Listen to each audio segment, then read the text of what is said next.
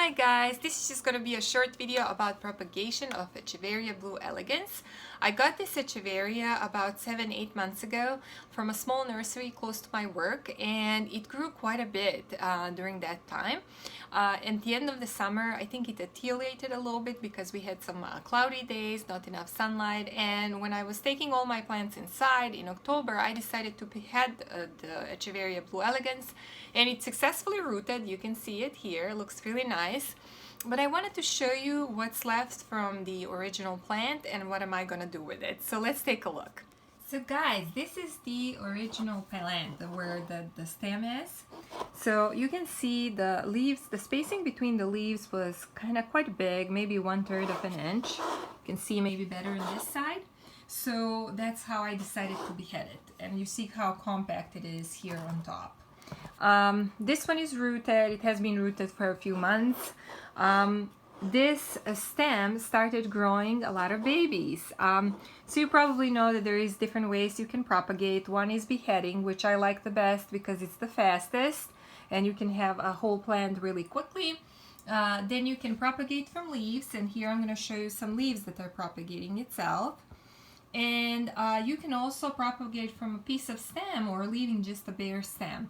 Probably the most fun way of propagation is if you're propagating the stem, because it tends to cluster. Like you can have a lot of babies. You can see some smaller babies coming out, some bigger ones here, and it's just a lot of fun seeing them grow and then fill up the space. You can see there's some more here, and then these guys here.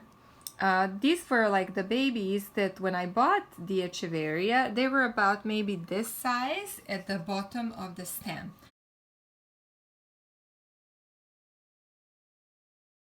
So you can see how they grew, and they etiolated a little bit too. So I am thinking to propagate these pieces by beheading them, and then just leave this stem to continue growing and clustering. And then I also have some leaves here, as you can see, that have started growing little rosettes. So I'm gonna just, without touching too much these, because they have that white coating. Many Echeverias are sensitive to, if you touch them, it will take off the coating. So try not to touch too much. So I'm just gonna cut, and then I'm gonna remove this bottom leaf here.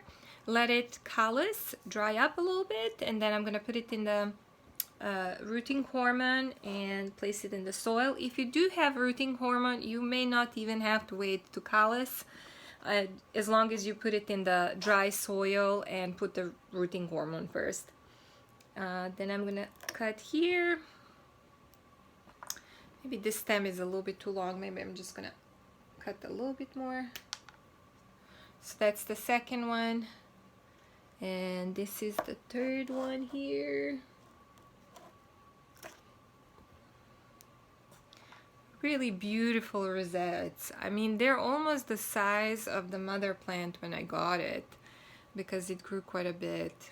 Such a beautiful Echeveria. It doesn't look like most Echeverias. It almost looks like some kind of Sedaveria. So yeah, I think it's a lot of fun to have this one. And then there is all these stems that I'm gonna just cut down a little bit, so aesthetically they look better, and maybe they will grow some pups too, I don't know. There is some leaves here, and this one I think it's too small, but these guys, like this one, has little roots already and has a little rosette forming. Okay, and so I'm gonna definitely leave this one here. And there is another one here. This one just has roots. Alright, so we cleaned it up a little bit. This leaf is almost done, and I'm excited, you know, to see how they will grow. So here there are, guys, all the Echeveria Blue Elegans from just one plant. This is the head. There is a little baby leaf propagating. There is 2 more leaves propagating here, and the stem that's kind of clustering. And then there's these 3 guys that hopefully will root soon. Thank you guys for watching, and see you in the next video.